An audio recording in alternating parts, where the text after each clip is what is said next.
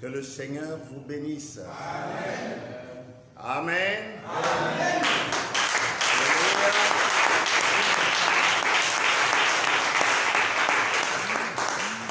Amen. Est-ce que tout le monde est bien ce matin? Amen. Nous sommes heureux d'être dans sa divine présence. Amen. Amen. Je vous salue tous dans le précieux nom de notre Seigneur Jésus-Christ. Et à tous, je souhaite la bienvenue dans la maison du Seigneur. Amen. Je salue chaleureusement tous les bien-aimés qui nous suivent maintenant en ligne. Et ma prière, c'est que le Seigneur bénisse chacun d'entre eux. Amen. Et qu'il comble nos attentes à tous. Amen. Amen. Inclinons nos têtes pour un mot de prière. Bien-aimé Seigneur, Dieu de toutes les éternités, Père des saints, Seigneur de tous les esprits, nos cœurs se réjouissent en ta présence de savoir que tu es seul Dieu d'éternité en éternité. Nous sommes donc des enfants bénis, des enfants bienheureux, parce que notre Père est le Tout-Puissant. Il est le tout suffisant. Il est le tout prévoyant. Et nous nous réjouissons de savoir qu'il est au milieu de nous ce matin. Alors nous ne sommes pas seuls. Et quand il est là, il est plus que tous les chars d'Israël et sa cavalerie. Béni soit ton Saint-Nom, Seigneur. Nous ouvrons nos cœurs à toi. Nous nous attendons ce matin, Seigneur, à ce que tu nous parles, que tu nous donnes des directives pour la suite de la marche et que tu nous donnes les armes qui nous manquent pour le combat. Nous savons que tu nous as donné toutes les armes. Enseigne-nous maintenant à les utiliser et accorde-nous, Seigneur, d'être de braves soldats de la croix afin que l'ennemi soit vaincu de tous les côtés et que de part en part, Seigneur, il soit complètement défait. Parce que toi, tu l'as vaincu. Nous aussi, nous le vaincrons. Béni soit ton Saint-Nom, notre Dieu, toi qui nous exauces, qui nous conduiras et qui nous nourriras ce matin par le pain de vie de Dieu. Nous croyons cela de tout cœur et c'est pourquoi nous avons proclamé que ton nom à jamais soit glorifié. Au nom bien-aimé de notre Seigneur Jésus-Christ, nous avons prié et tout le peuple dira Amen. Amen. Le Seigneur vous bénisse.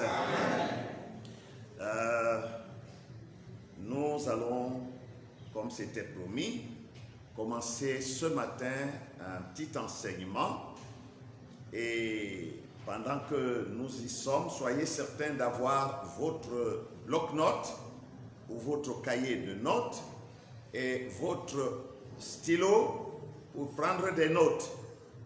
Où que vous soyez, frères et sœurs, prenez des notes de ce qui sera dit. Peut-être y aura-t-il des choses que vous n'aurez pas bien saisies.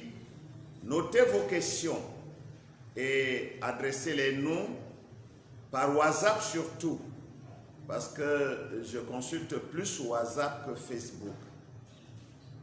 C'est vrai, nous travaillons avec Facebook, avec YouTube, mais s'il y a des questions, des remarques ou quoi que ce soit qui nécessite une réponse, alors écrivez plutôt à WhatsApp.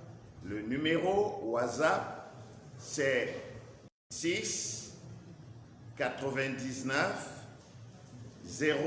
02 35 92. Bien entendu, précédé de 00237. 00237 699 02 35 92. Et nous ferons tout ce que nous pourrons par la grâce de Dieu pour répondre à vos sollicitations. Le Seigneur vous bénisse. Pendant que nous sommes debout, nous allons lire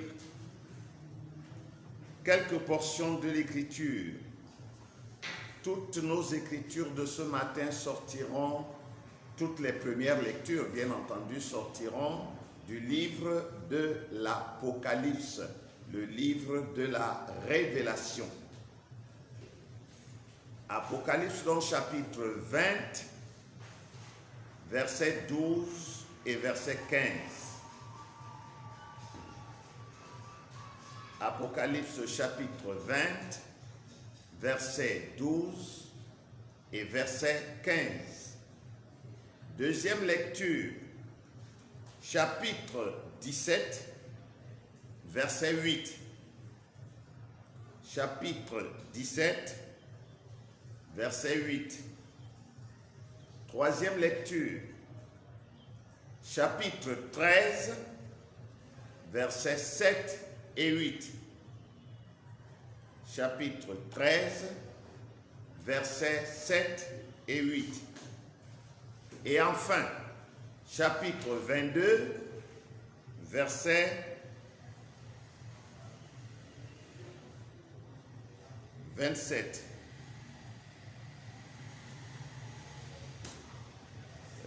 Excusez-moi, j'ai l'impression de n'avoir pas pris le bon verset, mais je vais le rectifier. Je crois que ça doit être le verset 19.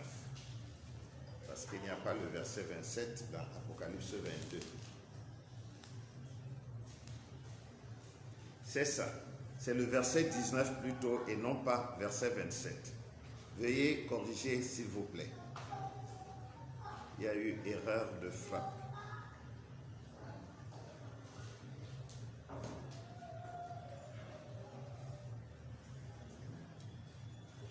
Donc, je relis rapidement les passages. Apocalypse chapitre 20, verset 12 et verset 15. Chapitre 17, verset 8. Chapitre 13, verset 7 à 8. Et chapitre 22, verset 19. Si vous y êtes, nous commençons nos lectures. Chapitre 20, verset 12 et verset 15. Il est écrit: Et je vis les morts, les grands et les petits, qui se tenaient devant le trône. Des livres furent ouverts, et un autre livre fut ouvert, celui qui est le livre de vie, et les morts furent jugés selon leurs œuvres, d'après ce qui était écrit dans ces livres. Verset 15. Quiconque ne fut pas trouvé écrit dans le livre de vie fut jeté dans les temps de feu. Apocalypse chapitre 17, verset 8. La bête que tu as vue était, et elle n'est plus. Elle doit monter de l'abîme et aller à la perdition. Et les habitants de la terre, ceux dont le nom n'a pas été écrit dès la fondation du monde dans le livre de vie, s'étonneront en voyant la bête parce qu'elle était et qu'elle n'est plus et qu'elle reparaîtra.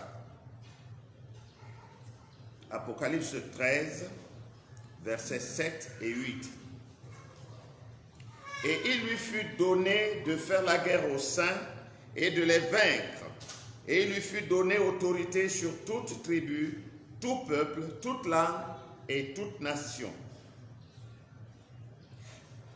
Et tous les habitants de la terre l'adoreront, ceux dont le nom n'a pas été écrit dès la fondation du monde, dans le livre de vie de l'agneau qui a été immolé.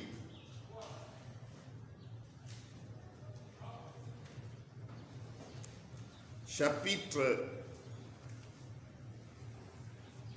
22, verset 19.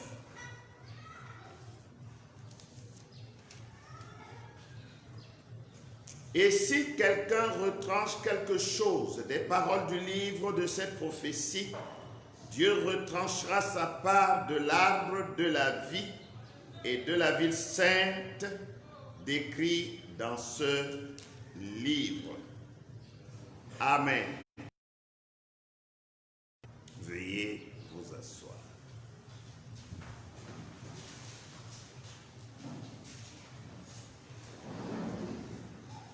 Que le Seigneur vous bénisse. Amen. Nous avons promis jeudi dernier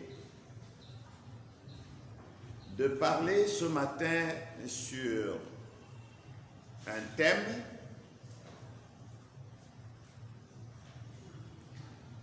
le mystère des 2 livres de vie. Et c'est le thème que nous avons ce matin. Le mystère des 2 livres de vie.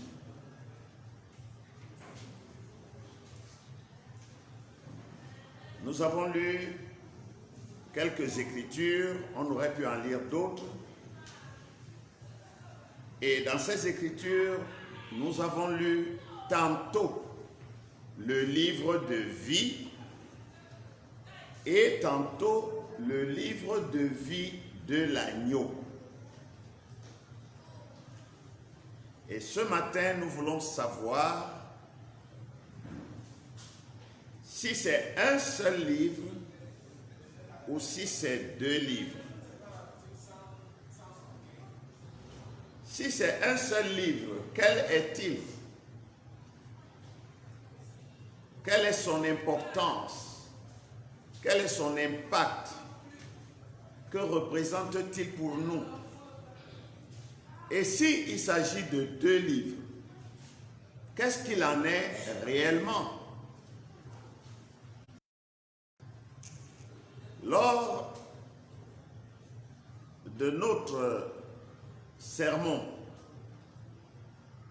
sur le mystère du contrat scellé, nous avons précisé que ce sermon nous servirait de toile de fond ou de base de lancement pour l'étude ou l'enseignement qui commence ce matin. Cet enseignement nous prendra quelques séances parce que nous ne pouvons pas prétendre nous y étendre aujourd'hui. Il nous faudra au moins 8 heures pour que nous puissions parler des choses que nous avons sur le cœur et qui d'ailleurs ne feraient qu'effleurer le sujet. Donc nous prendrons quelques séances pour essayer d'étaler ce sujet, mais nous n'aurons pas la prétention de l'éponger, parce que c'est un sujet qui est très vaste, très profond. C'est un sujet qui couvre toute la Bible, de la Genèse à l'Apocalypse. Sujet d'autant plus intéressant qu'il nous interpelle directement et nous place devant non seulement notre position spirituelle, mais aussi devant notre responsabilité en tant que chrétien. Entendez, fils ou fille de Dieu. C'est donc un sujet important s'il en est.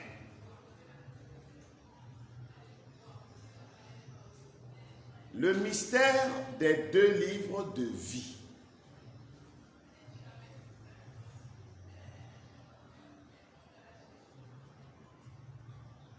Nous avons lu quelques écritures et vous avez vu que c'est les mêmes expressions qui revenaient, même si le contexte de chaque écriture variait par rapport à l'autre.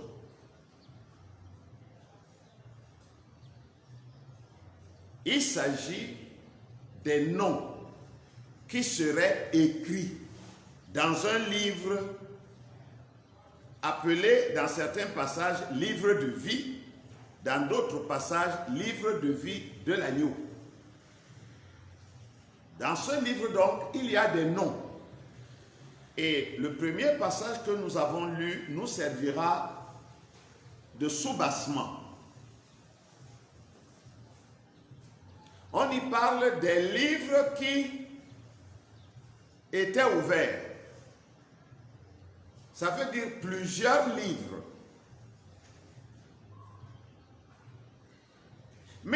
encore, il y a eu un autre qui fut aussi ouvert et qui, lui, a un nom.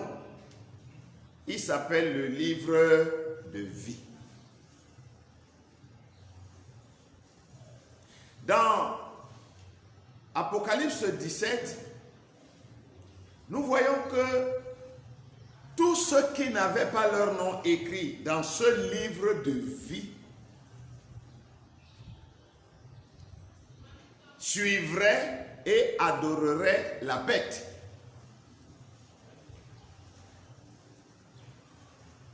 Dans Apocalypse 13, nous voyons que tout cela seraient jetés hors du royaume de Dieu parce que leurs noms ne furent pas écrits dans le livre de vie de l'agneau. Dans Apocalypse 22, nous voyons que leurs noms seront retranchés du livre de vie. Ceci va nous mener à plusieurs contextes, dans plusieurs sujets de la doctrine. Donc il s'agit de la pure doctrine, la doctrine proprement dite. C'est pourquoi j'ai dit, soyez certains d'avoir votre bloc-notes ou votre cahier de notes et de prendre des notes.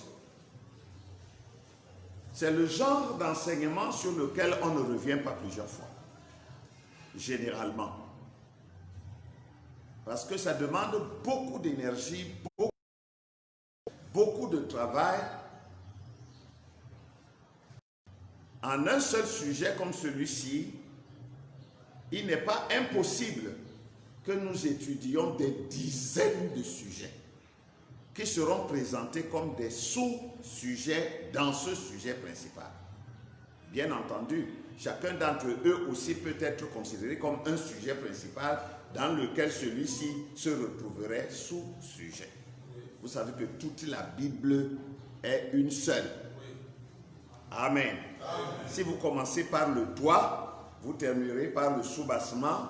De même, vous pouvez commencer par les colonnes principales. Vous terminerez toujours par la fondation ou alors par le toit. Nous tournons en rond dans la même parole. Amen. Amen. Si quelqu'un comprend ça, peut-il dire Amen? Amen. Merci. Bien. Nous allons donc parler des deux livres de vie. Nous commencerons par les généralités.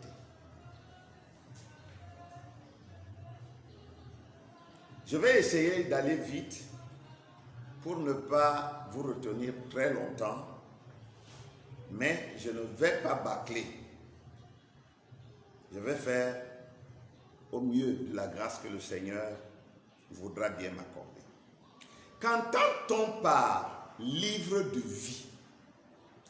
Qu'est-ce que le livre de vie dans les Écritures? Le livre de vie est un registre ou un parchemin dans lequel Dieu a concentré tout ce qui est en rapport avec sa création. Tout ce qui concerne la création de Dieu est consigné dans un parchemin, dans un registre, dans un livre qu'on appelle le livre de vie. Maintenant, il n'y a pas de registre au ciel comme nos registres. Il n'y a pas même de parchemins au ciel comme nos parchemins. Il n'y a pas de livre comme nos livres. Alors, ce livre appelé livre de vie, c'est la pensée éternelle de Dieu. Parce que Dieu, dans sa pensée, avant même d'avoir prononcé la première parole pour créer quoi que ce soit, avait en lui tout le programme, tout le plan de ce que lui il entendait faire dans son univers. Et c'est cette pensée dans laquelle sont les moindres détails de cette création et de son évolution. C'est cette pensée éternelle de Dieu qu'on appelle le livre de vie. On ne pouvait pas l'appeler le livre de mort parce que notre Dieu est Dieu de la vie. Amen. Ainsi, cette pensée de Dieu, cette pensée éternelle de Dieu, c'est le programme de Dieu pour l'humanité et pour tous les univers que Dieu a créés. C'est tout ça qu'on appelle le livre de vie. Amen. Amen. Permettez que je me mette un peu à l'aise.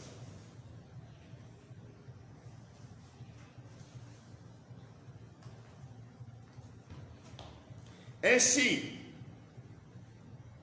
ce livre qu'on appelle le livre de vie a une multiplicité de noms, dont les synonymes de l'expression livre de vie. Je vais en citer quelques-uns. Le livre de vie s'appelle encore le livre de la loi. C'est ce que nous appelons l'écriture. Ce qui est différent des écritures. Il y a une grande différence entre l'écriture et les écritures. Les écritures, c'est tout ce qui est écrit. Tout ce qui est écrit dans la Bible, c'est les écritures. Mais l'écriture, c'est la pensée de Dieu transcrite sur des supports. C'est le programme de Dieu. C'est ce que nous appelons encore la parole de Dieu.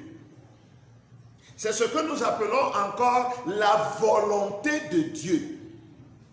C'est le livre de vie. C'est ce que nous appelons encore la Bible. C'est ce que nous appelons encore le Nouveau Testament. C'est ce que nous appelons encore le livre de souvenirs, selon Malachie chapitre 3, verset 16. Le livre de vie, on l'appelle encore le livre de vie de Christ. Tout ça, tous ces noms expriment, désignent une seule et même chose. Le livre de vie, nous l'appelons encore ton livre, c'est-à-dire son livre à lui. Nous l'appelons le livre des vivants, parce que c'est le livre qui concerne tous les vivants, qui parle de tous les vivants et qui traite avec tous les vivants. C'est le livre des vivants. Il s'appelle encore le livre de la rédemption. Toutes ces expressions, vous les trouverez soit dans la Bible, soit dans le message, mais cela ne désigne qu'une seule et même chose, le livre de vie. Il s'appelle le petit livre. C'est le livre des mystères. On l'appelle encore le rouleau du livre. On l'appelle encore le livre scellé de 7 sceaux. Amen. Amen. On peut trouver d'autres expressions pour désigner ce même livre-là. Vous pouvez comprendre combien ce livre est important, parce que c'est ce livre qui nous contient, nous tous. C'est ce livre qui contient tout l'univers, tous les univers. C'est ce livre qui est la source, on dira la tige de toute la création. voulons savoir, est-ce un seul livre ou alors deux livres différents? Parce que nous avons lu tantôt le livre de vie, tantôt le livre de vie de l'agneau. Est-ce que le livre de vie, c'est aussi le livre de vie de l'agneau? Ou alors c'est deux livres distincts? Eh bien, nous verrons par la lumière du message que ce livre est un seul livre. Il est un seul livre. Mais étant un seul livre, il est aussi à l'intérieur deux livres distincts. Et c'est ça qui crée parfois la confusion. Est-ce que c'est un seul livre? Oui, monsieur, c'est un seul livre. Est-ce que c'est deux livres distincts? Oui, monsieur, c'est deux livres distincts. Comment ça, pasteur? Comment peut-il être un seul livre? Voilà ma Bible là, un seul livre. Mais comment peut-il encore être deux livres distincts? Le livre de vie est un seul livre. Dieu n'a pas écrit deux livres. Dieu a écrit un livre. Seulement, à l'intérieur de ce seul livre que Dieu a écrit, il y a deux parties. Il y a deux sections. Il y a une section qui concerne la vie naturelle des hommes sur la terre, depuis Adam jusqu'au dernier. Mais il y a une autre section qui concerne des hommes qui eux aussi sont sur la terre comme les autres. Mais en plus de cela, ils ont la grâce de pouvoir vivre après la vie terrestre. Donc ils ont la vie naturelle comme tout le monde, mais ils ont aussi la vie éternelle. Alors, le livre de vie de l'agneau est une section du livre de vie. Vous avez entendu que plusieurs livres étaient ouverts. Puis, il y eut un autre livre ouvert appelé le livre de vie. Les plusieurs livres-là qui étaient ouverts sont tous dans le livre de vie. Tous ces livres-là sont tous dans le livre de vie, mais ce sont des sections différentes. De même que le livre de vie de l'agneau est une section du livre de vie, chacun des autres livres aussi est une section du même livre de vie. Dieu n'a pas écrit plusieurs livres. Dieu a écrit un seul livre, mais divisé par section. Tout le monde comprend ça? Amen. Dieu vous bénisse. Amen. C'est comme dans ma Bible. Je peux vous dire que j'ai deux grands livres dans ce livre. L'Ancien Testament est un livre. Le Nouveau Testament est un autre livre.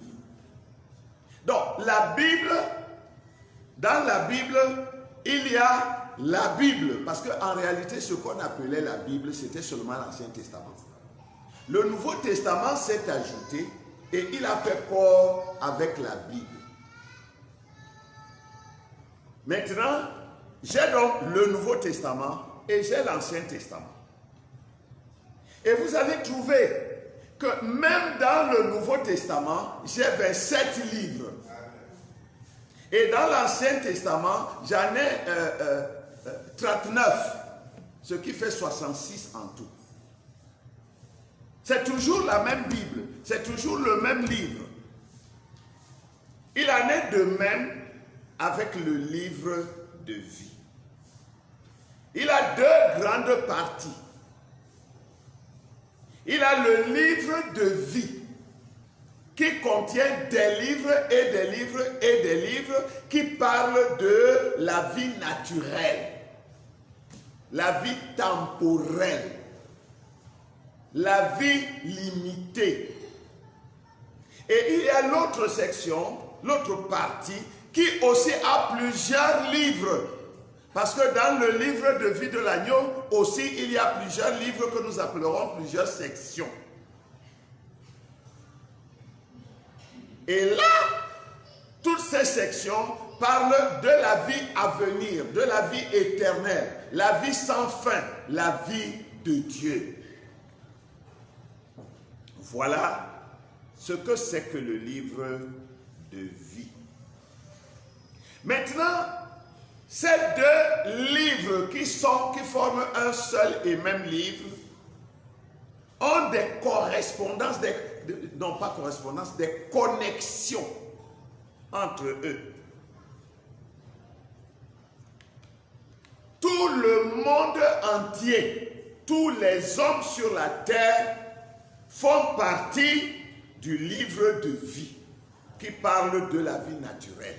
Tous les hommes, les plus saints comme les plus impies, ils sont dans le livre de vie. Mais le livre de vie prépare les hommes à passer de cette vie naturelle à la vie éternelle. Donc vous ne pouvez pas avoir la vie éternelle si vous n'êtes pas d'abord dans le livre de vie, c'est-à-dire dans la vie naturelle de tout le monde. C'est ceux qui sont nés ici sur la terre, qui ont la vie, qui peuvent aussi entrer dans le livre de vie de l'agneau. En d'autres termes, c'est comme si, quand on est sur la terre, il y a des gens dont le nom, déjà porté dans le grand registre du livre de vie, passe, on les transfère, on transfère leur nom dans le livre de vie de l'agneau qui est toujours dans le livre de vie. Écoutez un peu ce que Frère Branham dit ici. Le prophète va nous montrer que le livre de vie et le livre de vie de l'agneau sont un seul et même livre. Ensuite, il va nous montrer que malgré que ce soit un seul et même livre, c'est quand même deux livres distincts. Dans Retour et Jubile, livre de vie de l'agneau. Et il y a été mis avant la fondation du monde, et il n'y a rien qui puisse l'enlever. Amen. Mes brebis connaissent ma voix, et elles ne suivront pas un étranger. Oui, monsieur. Lisons maintenant dans questions et réponses sur les sceaux. La question numéro 7. Frère Branham, le livre de vie de l'agneau et le livre de vie, est-ce le même livre? Frère Branham répond au paragraphe 112. Il dit, bien sûr, vous voyez, parce que c'est là que tout ce qui concerne la rédemption est écrit. Dans ce livre, voyez, leurs noms sont à l'intérieur. Vous dites, eh bien, notre nom a été écrit dans le livre de vie de l'agneau, Frère Branham. Il y a été mis l'autre soir. Pas du tout. Pas du tout. Vous avez seulement appris qu'il y était l'autre soir. Vous voyez, parce que leurs noms ont été écrits avant la fondation du monde. Vous voyez, c'est tout cela. C'est le même livre, vous voyez. Frère Branham dit. Frère Branham dit que ce livre-là, c'est un seul et même livre. Votre nom y a été écrit avant la fondation du monde. Ce n'est pas le jour où vous avez levé la main, je reçois Jésus-Christ comme mon sauveur personnel. Non, il y était déjà. Seulement, le soir où vous avez levé la main, c'est le soir-là que vous avez compris que vous étiez dedans. Donc vous répondez à l'appel. Dans les âmes qui sont en prison, maintenant en prison, Frère Branham dit au paragraphe 135, il s'avança, prit le livre de la main droite de celui qui était assis sur le trône, et il n'y eut plus de temps. Aussitôt, au chapitre 10, verset 7, un ange descendit et jura qu'il n'y aurait plus de temps. Vous voyez, dans ce livre, il y avait ce qui était racheté. C'était le livre de la rédemption. Et tout ce qu'il avait racheté était inscrit dans ce livre. Tout ce pourquoi il était mort était inscrit dans le livre et il ne pouvait pas quitter son trône de médiateur avant de les avoir complètement rachetés. Bon, ce n'est pas vraiment avant de les avoir complètement rachetés, c'est avant de les avoir complètement rédimés. Parce que racheter, c'est payer le prix du rachat. Donc le rachat, les Français, ils ont écrit racheter. Mais en anglais, c'est redeem. C'est le verbe rédimer. Rédimer veut dire sauver complètement. Jésus nous a rachetés au calvaire. Mais il nous a rédimés quand le livre a été ouvert. Amen. Donc il dit, et il ne pouvait racheter, écoutez, voilà, et il ne pouvait racheter à la croix parce que les prédestinés étaient inscrits dans le livre de vie de l'agneau. Donc le verbe racheter n'est pas le bon. C'est que les Français n'avaient pas encore un verbe qui correspondait. Ils écrivaient racheter. Maintenant, ils ont un verbe, c'est le verbe rédimer. Donc, on doit dire ici, et il ne pouvait pas rédimer à la croix. Il a racheté à la croix, mais il ne pouvait pas rédimer, c'est-à-dire compléter l'œuvre du salut à la croix, parce que les prédestinés étaient inscrits dans le livre de vie de l'agneau. Et tant que ce livre n'avait pas été ouvert pour que les noms soient connus, personne n'était encore vraiment rédimé. C'est pourquoi Frère Branham dit, dans les sceaux, il dit que si le livre n'avait pas été, si les sceaux n'avaient pas été brisés et le livre ouvert, toute la création serait perdue. Malgré le rachat à la croix, personne n'aurait été sauvé parce que les noms étaient scellés dans le livre. Il fallait donc que le livre soit ouvert pour que les noms-là soient exposés, soient appelés. Et il fallait qu'il demeurât sur le trône pour faire l'intercession jusqu'à ce que la dernière personne fût arrivée à l'achèvement. Gloire à Dieu. Amen. Amen. Maintenant, écoutez, Frère Branham. Exposé des 7 âges de l'Église, page 259, paragraphe 1.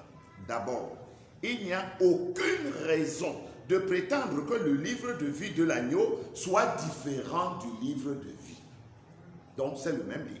Il dit, le livre de vie pourrait être appelé le livre de vie de l'agneau, ou le livre de vie de Christ, ou même ton livre, ou le livre des vivants. Il ne contient que des noms. Vous suivez? Amen. Il ne contient que des noms.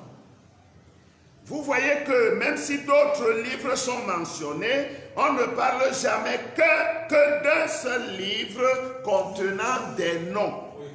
Dans l'Apocalypse, il est appelé le livre de vie de l'agneau ou le livre de vie. Amen. Dans l'union invisible de l'épouse de Christ, paragraphe 157, il dit, cela met en lumière les 2 livres qui vont vous sembler mystérieux. Lorsque vous lirez l'exposé des 7 âges de l'Église, comme nous venons de lire une portion maintenant, les 2 livres, le livre de vie, ... L'un dit que votre nom, une fois inscrit, il ne sera jamais effacé. Et l'autre, qu'il peut enlever votre nom du livre de vie. Ceci le met parfaitement en lumière. Je vais peut-être m'arrêter quelques minutes sur quelques notes et prendre cela avant que nous terminions. Frère Branham dit que ceci met en lumière. C'est un seul livre. Mais ce seul livre, c'est aussi 2 livres. Cela met la chose en lumière. Et nous allons avoir la lumière là-dessus, selon le prophète. Les uns disent, dès que ton nom est dedans, on ne peut plus l'effacer. Les autres disent, non, non, non, on peut effacer ton nom à tout moment. Si tu tombes, si tu renies, si tu rétrogrades ou si tu fais n'importe quoi là, alors on enlève ton nom, il est effacé. Qui a raison? Qui a tort? Nous allons y arriver. Parce que dans notre enseignement, nous toucherons les noms effacés. Ça fait partie de notre leçon. Frère Branham continue dans les œuvres sont l'expression de la foi. Prêché le 26 novembre 65 au paragraphe 119, nous lisons ceci. Je parlais l'autre soir, ... Suivez-moi attentivement, s'il vous plaît. Lorsque vous recevrez le livre, c'est-à-dire l'exposé des 7 âges de l'Église, vous verrez qu'il y a un peu de confusion. Il y en a même beaucoup aujourd'hui parmi nous qui croyons le message. Lorsque j'ai dit les 2 livres de vie, c'est le même livre, mais l'un des 2, vous voyez, il y a toujours 2. Il n'enlève pas 2. C'est le même livre, mais l'un des 2 vient par votre naissance naturelle. Ah, ça commence à venir, non? Le premier livre parle de votre naissance naturelle, de votre vie naturelle. Et l'autre, par votre naissance spirituelle, votre nouvelle naissance. L'une, la première vie, la vie naturelle, la naissance naturelle, l'une conduit à l'autre. Vous ne pouvez pas parler de vie éternelle si vous n'avez pas parlé de vie naturelle. Vous commencez par naître sur la terre, c'est après que vous réalisez que vous êtes un enfant de Dieu et vous répondez à l'appel. Donc il faut d'abord être un homme sur la terre avant d'être un fils de Dieu dans la gloire. C'est-à-dire avant de réaliser qu'on est un fils de Dieu dans la gloire. Comme cela se passe avec la tige de blé. Nous parlerons de cela aussi, la tige de blé.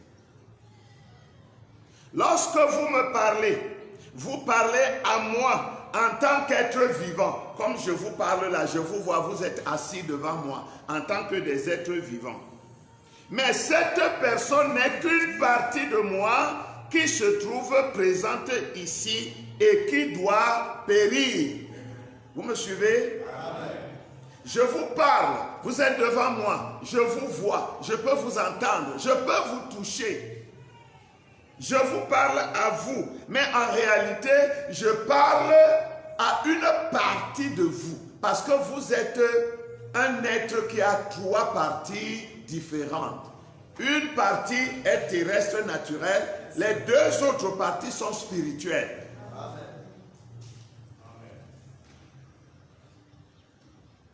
Le prophète continue. Il dit, cela, c'est le livre dont les noms peuvent être effacés. Retenez. Le livre dont les noms peuvent être effacés, c'est le livre de vie. C'est le livre qui parle de la naissance naturelle, de votre existence sur la terre. Là, les noms peuvent être effacés. Dites amen à ça. Amen. Mais celui qui est éternel, qui est prédestiné, élu, son nom ne peut jamais en sortir. Amen. C'est pourquoi Jésus dit, celui qui croit en moi, il vivra quand bien il serait mort. Parce que lui ne meurt pas, il vit. Toujours il vit. Mais l'autre là qui n'a pas cru en Jésus, lui il meurt et son nom est effacé. On ne parle plus de lui au présent de l'indicatif.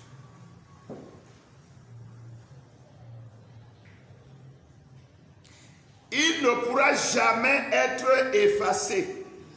Notez bien cela. Lorsque vous lirez ce livre, l'exposé des 7 âges de l'Église, afin d'éviter la confusion. Vous trouverez cela écrit de cette manière parce que le frère Veil qui l'a rédigé et en a corrigé les fautes de grammaire m'a rappelé cela aujourd'hui même. Je lui ai dit, c'est vrai. Paragraphe 120. Nous sommes toujours dans les œuvres sont l'expression de la foi. Les baptistes croient qu'il y a deux livres distincts. D'une certaine manière, ce sont bien deux livres séparés. Mais d'une autre manière, ce ne sont pas deux livres séparés. Est-ce que vous suivez bien le prophète maintenant? C'est vrai, c'est un seul livre, un seul. Mais c'est vrai aussi, c'est deux livres distincts. Je suis corps, âme et esprit, trois personnes séparées. Mais il n'y en a qu'une qui fait de moi un être. Paragraphe 121. Il n'y a en réalité qu'un seul livre. Dites amen à ça.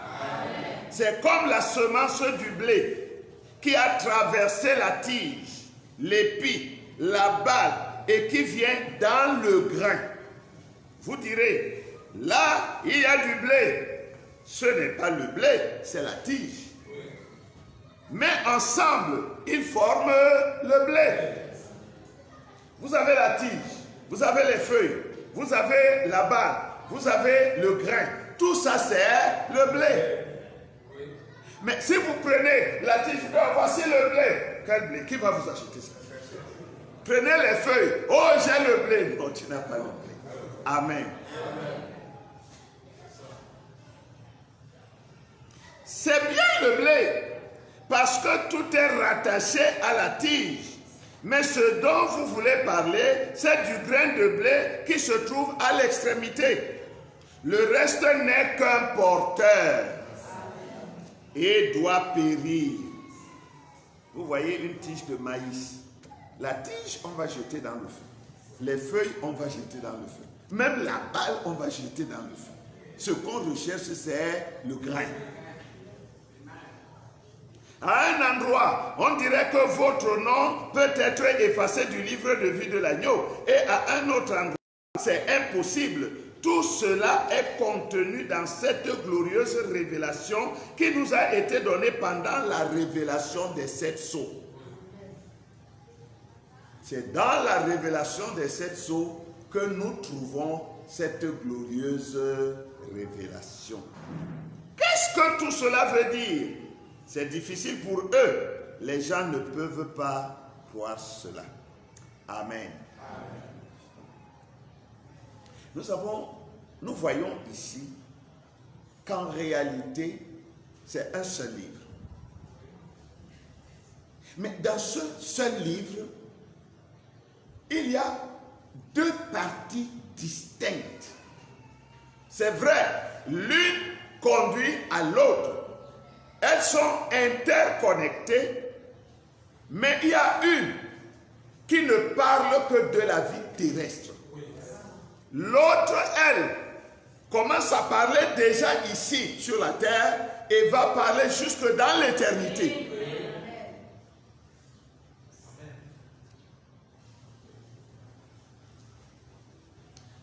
Nous avons dit tout à l'heure, Frère Branham nous a conduit à voir que ces deux livres, qui sont un seul livre, n'est-ce pas, sont comme le plant de blé, ou la tige de blé, comme vous voulez. C'est comme le plant de blé. Ou si vous voulez, le plant de maïs, la tige de maïs. Mais, de même aussi, ces deux livres sont représentés depuis le livre de la Genèse.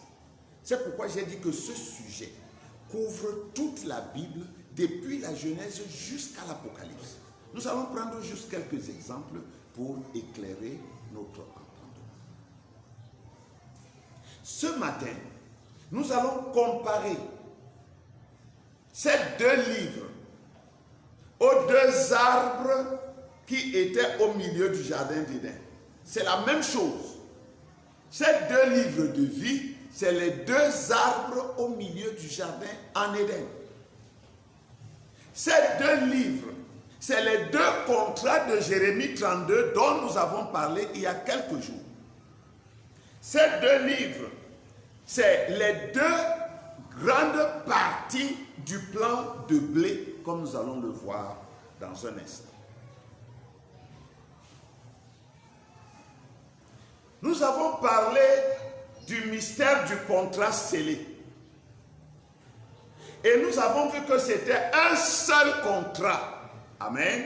Amen. Un seul. Ce n'était pas deux contrats différents. C'était un seul contrat. Maintenant, ce seul contrat a été écrit en deux exemplaires. L'un des exemplaires devait être scellé et l'autre exemplaire devait être laissé ouvert. Les deux contrats devaient être gardés dans un vase de terre pour qu'ils puissent mettre longtemps.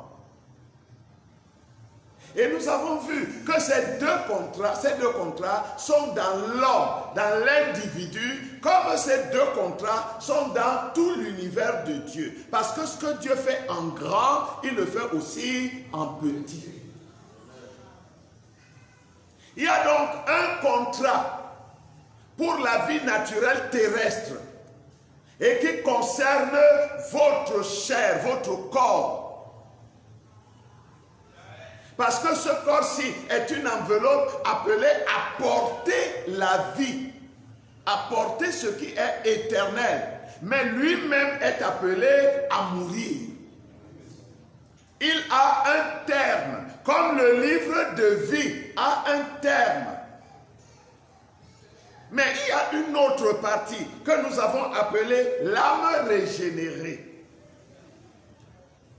L'âme régénérée, c'est le livre de vie de l'agneau qui est à l'individu de chaque, à l'intérieur de chaque individu, de chacun de nous.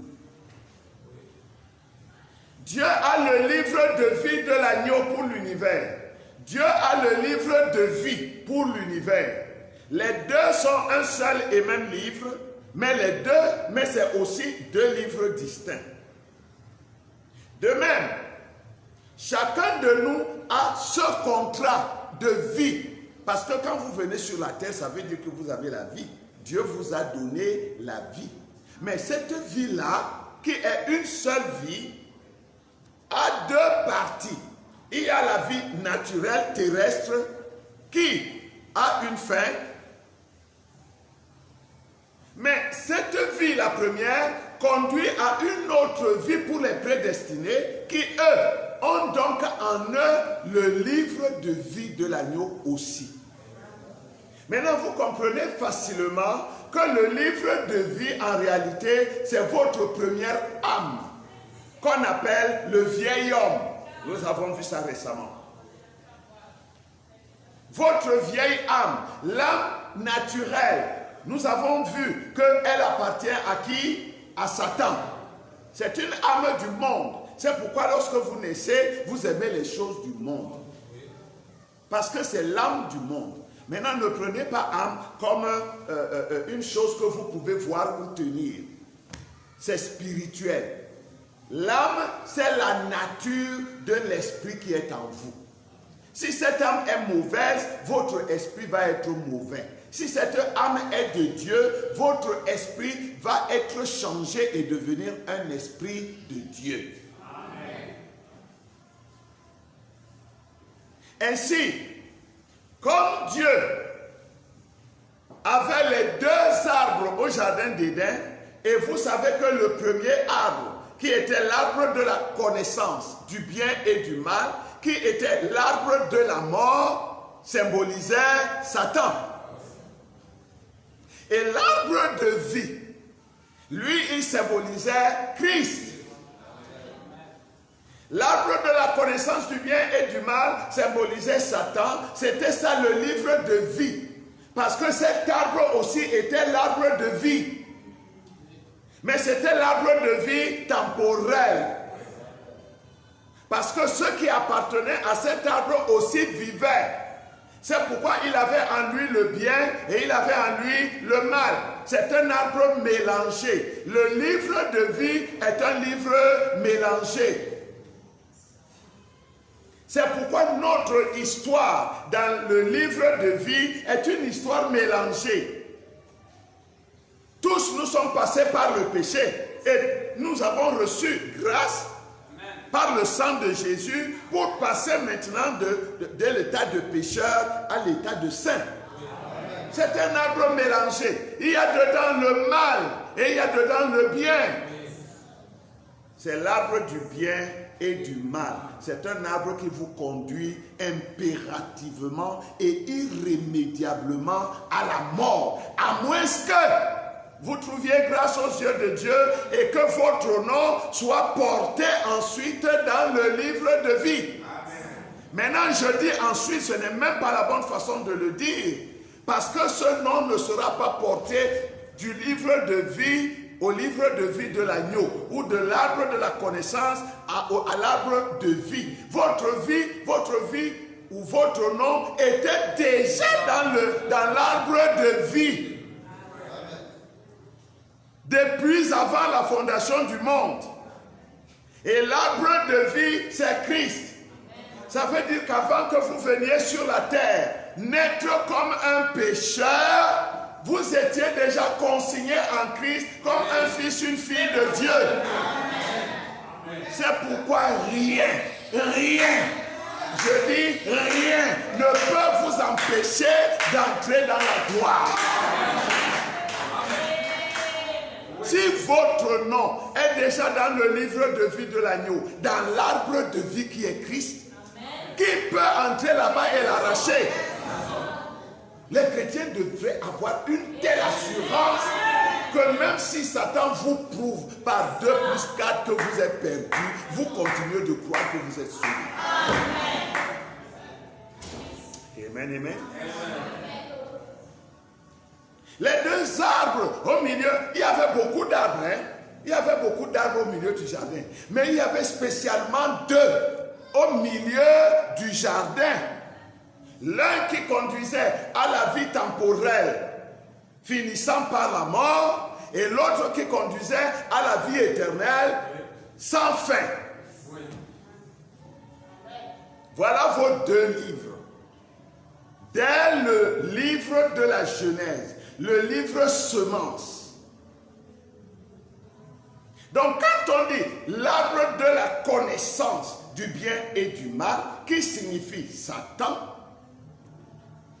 cela signifie l'existence, la vie naturelle de tout un chacun sur la terre. Est-ce que vous avez vu le chien manger de ce fruit défendu? Vous avez entendu un jour que le chat est allé le manger? Il n'y a que l'homme. C'est lui qui a péché. C'est lui qui a transgressé la loi de son Dieu. C'est lui qui, au lieu d'aller réclamer sa position en Christ, il a plutôt cherché la sagesse du monde auprès de Satan. Et c'est ça qui fait que beaucoup n'ont leur nom que dans le livre de vie. Et quand leur vie s'arrête ici, c'est effacé et pour toujours. On ne le retrouvera plus nulle part ailleurs.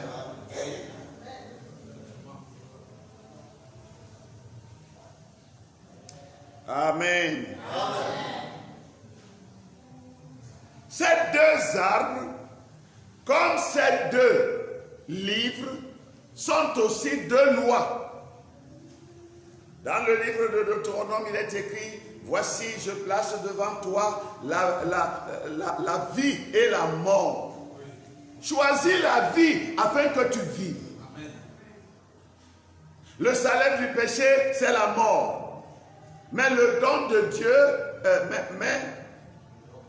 le don parfait de Dieu, oh, ça me fuit là maintenant. Bon, c'est la vie éternelle en Jésus-Christ. Voilà le don de grâce de Dieu. Et voilà là, de l'autre côté le don, le salaire du péché. Voilà d'un côté l'arbre de la mort. Il y a dedans la connaissance. Vous connaissez ce qui est bien. Vous connaissez ce qui est mal. Mais comme c'est un mélange, toute hybridation ne menant qu'à la mort, vous êtes appelés à mourir et à être effacés. De l'autre côté, l'arbre de vie, la loi de la vie, le don de Dieu, Christ, le Fils de Dieu. Si vous le choisissez, vous avez la vie éternelle. Amen. C'est aussi deux lois comme nous disions. Et ces deux lois sont placées devant nous. Le bien et le mal, la vie et la mort, Christ et Satan. Personne donc ne doit être ignorant. Quand vous choisissez, sachez que vous êtes en train de choisir. Et sachez aussi ce que vous êtes en train de choisir. Vous n'êtes pas aveugle. On n'a pas fermé, attaché les yeux de quelqu'un. Dieu a tellement clairement parlé dans les Écritures que chacun sait ce qu'il fait.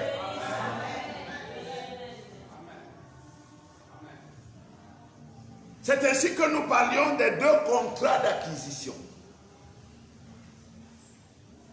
Nous avons dit que le champ là, c'est l'homme, l'être humain. Nous avons dit les deux contrats là, c'est les deux lois qui sont en nous. L'apôtre Paul nous a décrit ça dans Romains 7 à suffisance. Nous avons dit que le contrat ouvert, c'est la loi du péché qui est dans notre chair. C'est notre corps qui manifeste cela. Et la loi de la vie, qui elle aussi est dans notre corps, dans notre âme, autant pour moi, c'est aussi le corps qui manifeste cela. Voilà le contrat. L'homme est le champ. Son corps est le contrat. Mais ce contrat est en double exemplaire. Il y a une loi dans la chair, il y a une loi dans l'âme. Maintenant, le contrat ouvert est mis à la disposition de tout le monde. Chacun peut en faire ce qu'il veut. Chacun peut le traiter n'importe comment. Et même le propriétaire lui-même est libre d'en faire ce qu'il veut. Si tu veux prendre, c'est pas moi, une affiche, comme l'exemple que nous avions pris, tu veux prendre l'affiche pour emballer les beignets avec. C'est libre à toi. Mais est-ce que c'était destiné à emballer les beignets? C'était à faire connaître la grande campagne qui va être tenue pour la gloire de Jésus. Mais te voilà qui prend ça pour emballer les beignets. Tu es libre. C'est à ta disposition. Si tu dis que tu vas prendre ça, peut-être pour balayer le sol et enlever les crottes de souris et de poules et tout, tu es libre d'en faire ce que tu veux. C'est ça. Dieu a mis à notre disposition ce corps et cette âme pour que chacun fasse ce qu'il veut. Mais il a pris soin de nous dire la finalité de chacune de ces choses.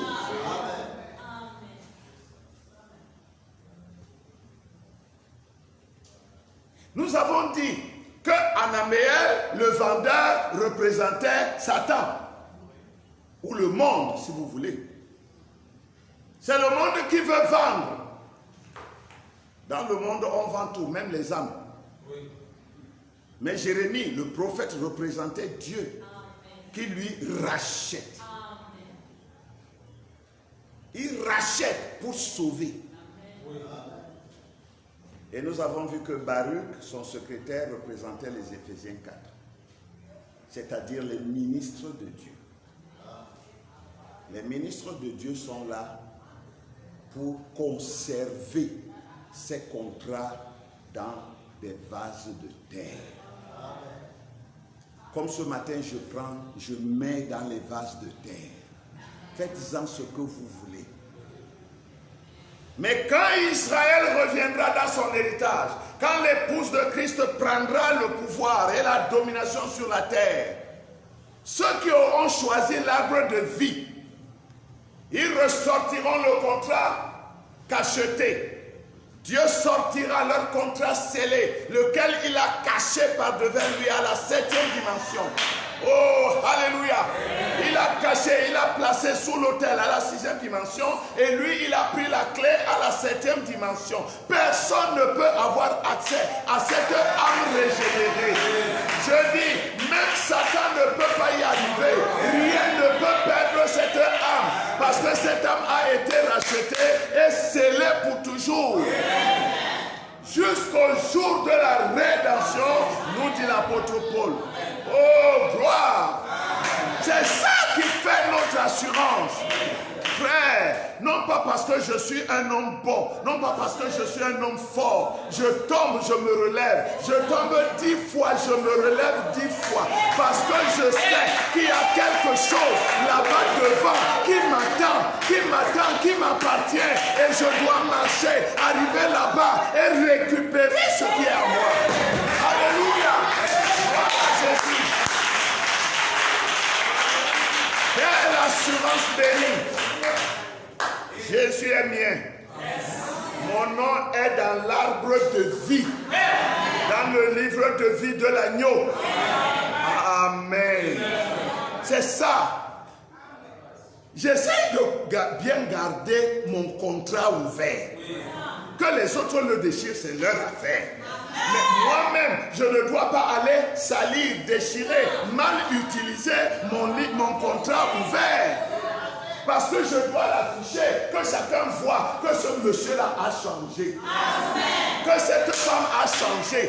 Elle n'est plus la même. Nous la connaissions ici au quartier. C'était une querelleuse, c'était une bagarreuse, c'était tout ce qu'on peut dire. Mais maintenant, quelque chose s'est passé dans sa vie. Elle n'est plus ce qu'elle était. Alléluia. Un témoignage à la gloire de Dieu. Même le livre ouvert peut parler de Dieu. Yes. Amen. Amen. Gloire à Dieu. Oh, vous pouvez lire dans Genèse chapitre 2, verset 9. C'est là que vous verrez, n'est-ce pas, les 2 livres de vie. Mais vous pouvez aussi lire dans Apocalypse chapitre 22, versets 14 et 19. Là aussi, on parle des 2 livres de vie. On parle 3 fois du livre de vie, de l'arbre de vie. Je parle de l'arbre de vie. On parle de l'arbre de vie 3 fois dans le livre de la Genèse, 3 fois dans le livre de l'Apocalypse. Ça quadrille le tout. Amen.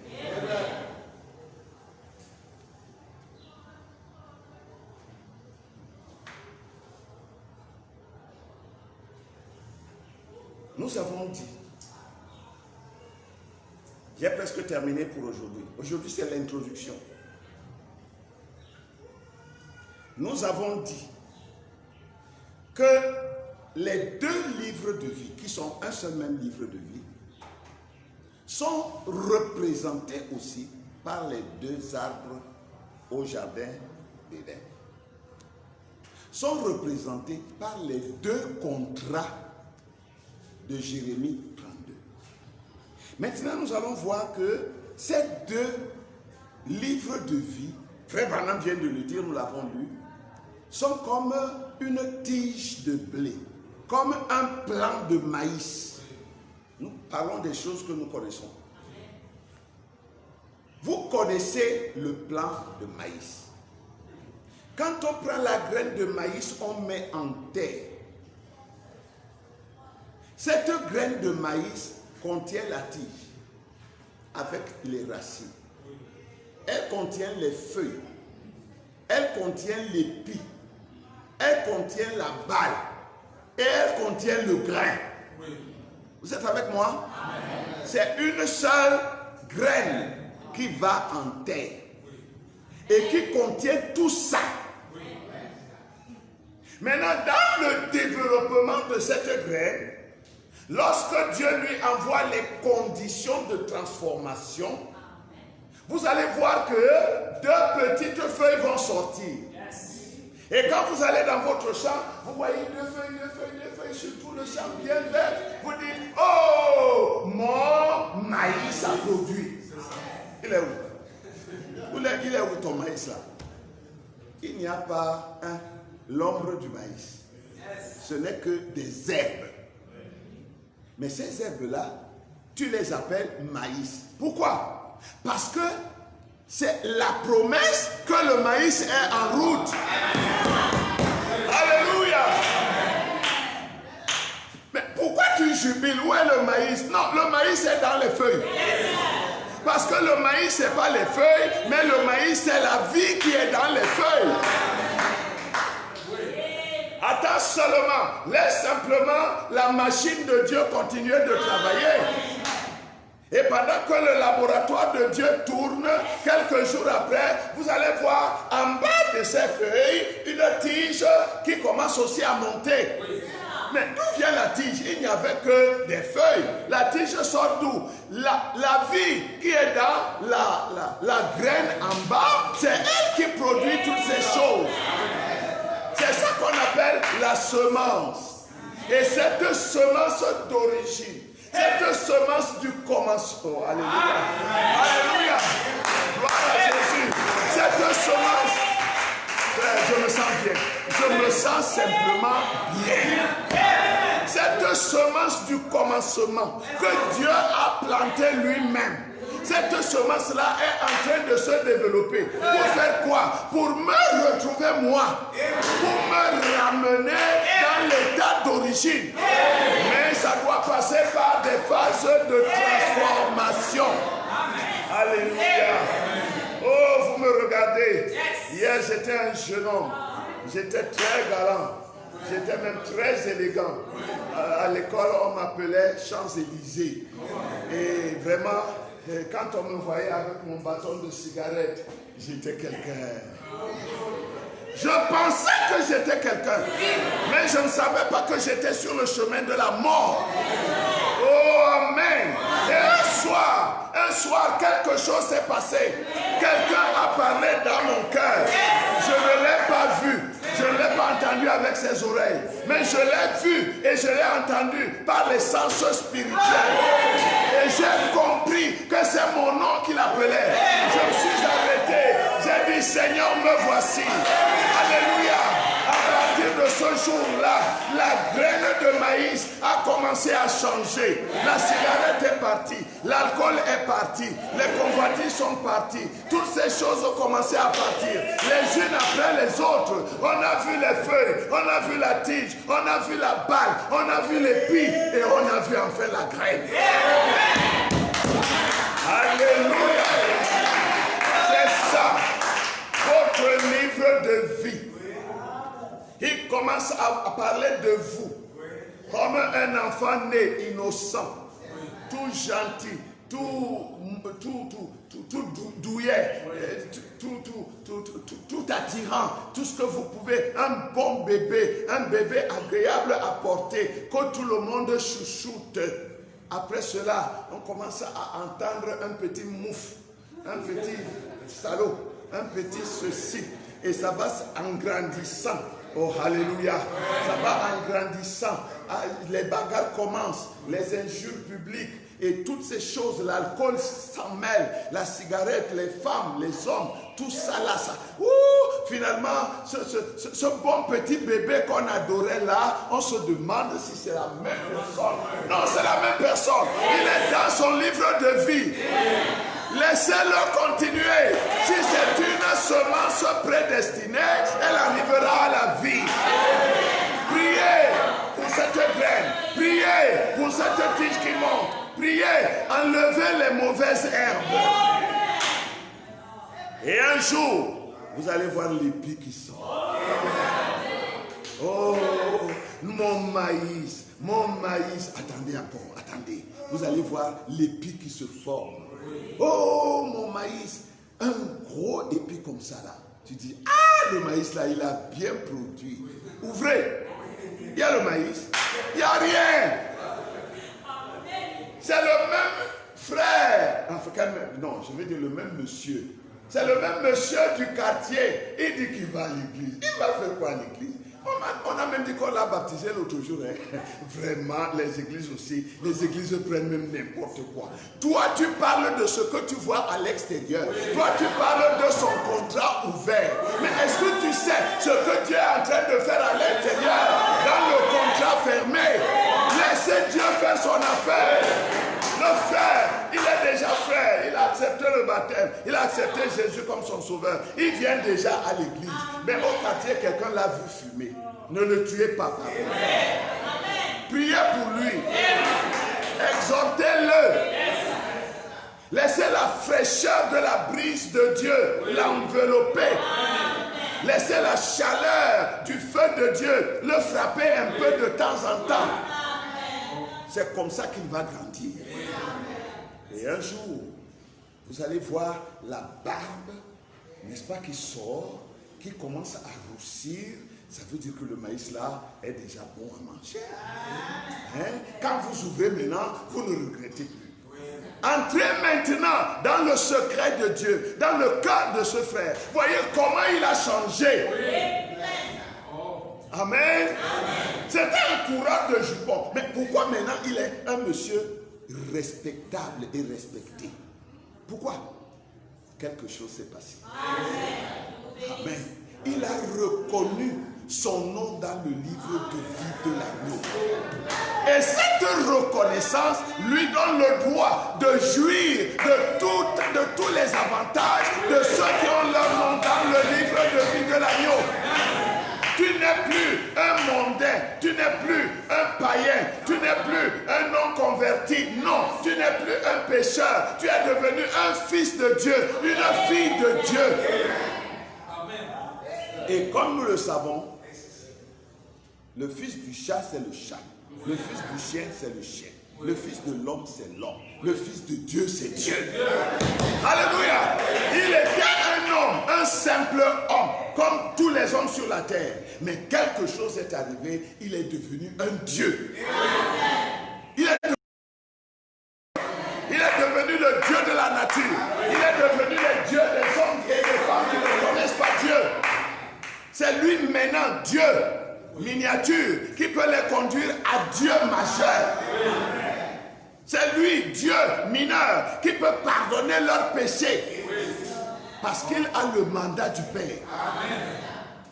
Hey, un pécheur qui devient un Dieu. Vous voyez quelle transformation.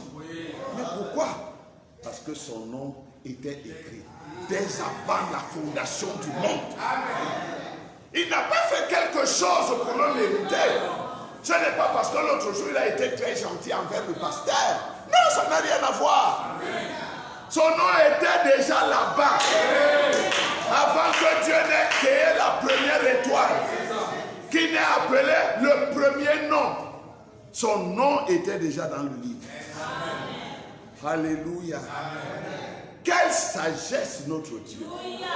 Comment ne pas le louer? Comment ne pas l'adorer? Comment ne pas l'encenser? Quand nous voyons ce qu'il a fait dans notre vie. Oh, à lui la gloire. Alléluia. J'étais quoi? J'étais quoi? Moins que rien. Non mais je pouvais même parler à qui? De quoi d'abord? Je ne suis même pas allé à l'école. Je ne suis même pas né dans une bonne famille. On va dire que bon, c'est quand même le fils de tel. Même s'il parle un mauvais français, son père a l'argent. Non, on ne pouvait même pas dire ça. Je ne jouissais même pas de ces miettes de respect là. Mais lui, à cause de son amour, lui, il a fait de moi son propre fils. C'est merveilleux, frère. C'est tellement merveilleux qu'on ne saurait pas décrire cette chose. Oh. J'ai dit que je ne vais pas vous retenir longtemps. J'ai terminé. Mais je vous promets que Dieu nous bénira tout au long. Rendez-vous mardi à 18h30. Pour ceux qui sont ici, pour ceux qui sont dans les maisons, nous allons continuer cette enseignement. Amen. Le mystère des 2 livres de vie nous concerne directement. Amen. Ça parle de toi au passé, autrefois, mais ça parle de toi au présent. Et dès ce moment-là,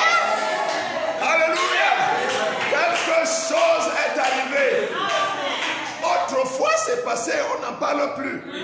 Mais quand je l'ai rencontré, dès ce moment-là, tout a changé. Quelqu'un a changé, a chanté, n'allez plus me chercher à l'ancienne. J'ai changé d'adresse. Alléluia. Quels sont ceux qui ont changé d'adresse? Oh, gloire. Gloire à Jésus. Nous avons changé d'adresse. Notre adresse, maintenant, c'est dans l'arbre de vie. Que le nom de notre Dieu soit béni. Amen. Adorons Jésus. Amen. Adorons Jésus. Amen. Adorons Jésus. Amen. Amen. Amen. Alléluia.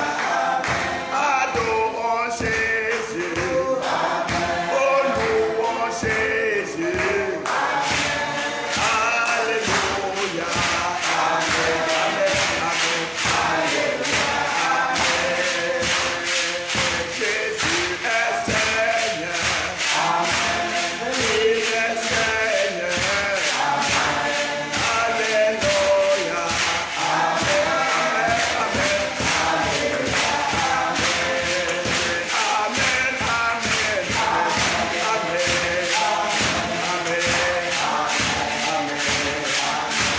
Amen.